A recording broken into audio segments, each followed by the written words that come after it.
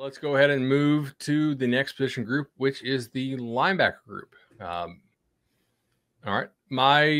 Let me ask you this. Are Deloach and Tatum Bethune, the transfer from UCF, are they like penciled in? Are they inked in starters? Is that an actual competition between Bethune and Lundy? How much of a chance do you give Lundy to continue to start?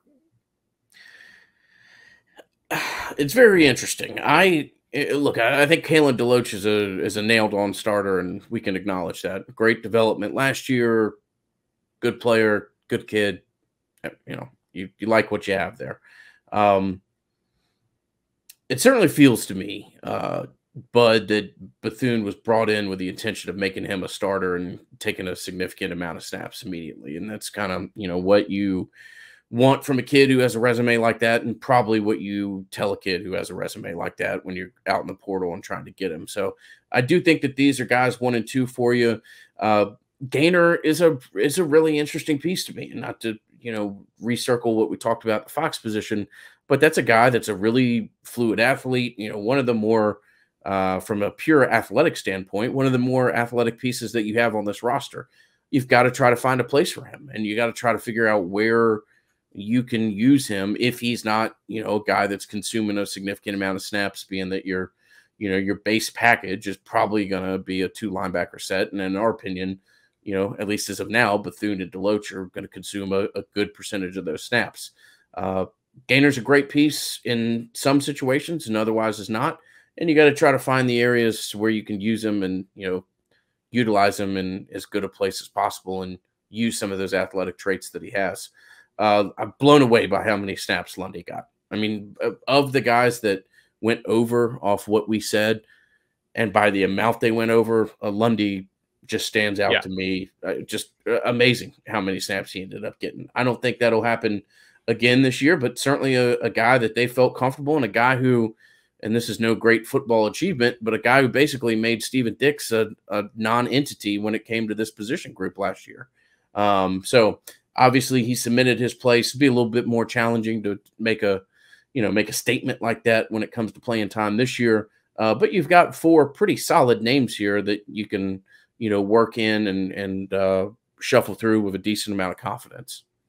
Yeah, that's actually a pretty good way to put that. I mean, it's not quite as interesting as like asking pointed questions about these guys, but if Lundy, there's a situation where Lundy is your 4th, or Bethune's your 4th, or Gainer is your 4th. And I feel like you are feeling better about the linebacker position than you have in some years, right? Now you better be, because the back 7 is likely going to need to carry this defense, in my opinion, entering spring. Maybe my opinion will change. Maybe yours will change following what we learned in spring. Here's one for you. When we talk about Adam Fuller and his defenses at Marshall and his defenses at Memphis, they blitzed a lot, and they were very aggressive. Last year, this defense blitzed less than almost any defense in the country for good reason. They didn't really have to blitz. They had a pretty good pass rush. And if you can get home with 4 or you can cover with 7, that's good math. I'm kind of a math guy, and I like that. This year, we just talked about defensive line. If you're watching this as a solo video, go back and watch the prior video. How much do you have to blitz this year to get home? And who do you think will be the best blitzers?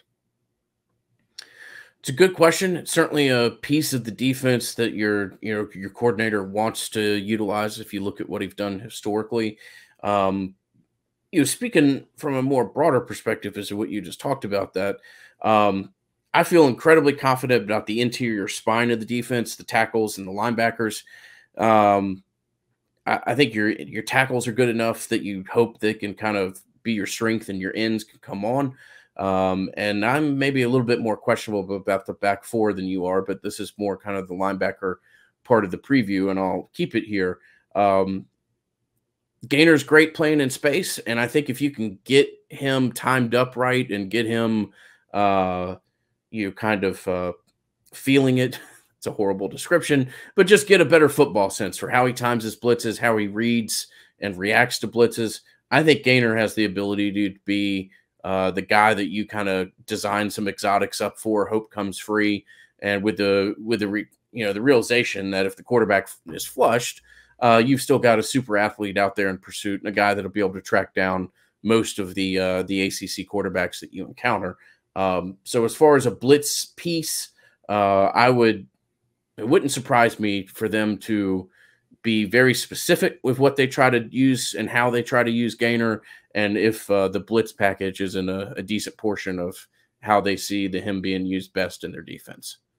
It's what you're describing there is almost like a poor man's Matthew Thomas, right? Somebody who was never actually great in coverage, somebody who, at the point of attack, in like the short area point of attack, was not all that great, but as a run and hit linebacker was actually pretty good if he didn't have to change direction. And as far as a chase player, a guy who could chase the play and hit it or who could blitz, was very effective. So maybe there's a role for that type of skill set on this year's defense, and a way to feature that in a way that perhaps you didn't need to quite as much last year. I don't know. We'll see. Final questions here, for me at least, and hit me if you have some more. Gant and Jadarius Green McKnight have both moved to linebacker. Do you expect that we will see this spring that any of these guys are factoring in, or is this more of a how much do you guys really want to be here type move? Yeah, Green McKnight, just a big question mark there, and hopefully he's a guy that can develop at linebacker. I'm very skeptical as to his long-term prospectus, but we'll see. Gant, we discussed in the previous episode that we put out. I think Gant has some nice natural talents when it comes to kind of reading the geometry of football and responding with pursuit angles. I always liked what he offered you out of the secondary when it came to that. I think him, moving to linebackers as much as trying to, get him out of the defensive backs room and kind of have individuals hopefully have a little bit more isolation and a little bit more concentration on what they're trying to do and what they're trying to accomplish. I'm not going to fully write Gant off, but at this point, it doesn't appear as though his time in Tallahassee is on a trajectory where he's going to be any kind of significant contributor, regardless of what position group he's associated with. Yeah, maybe he'll turn it around. I liked him as a recruit quite a bit, actually, but you got to have that dedication, and we'll see how he develops that.